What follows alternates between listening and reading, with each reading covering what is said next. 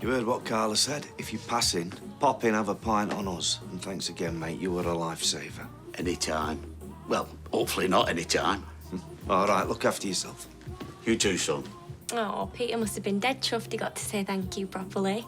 Well, take care of yourself. And you, love. I hope it was properly. What's that?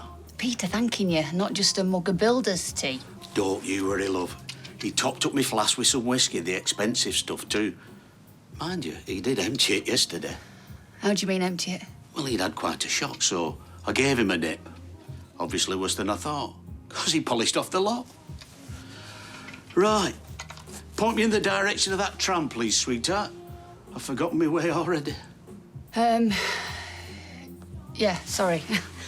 Go out the back, do a left, another left, down Victoria Street, can't miss it.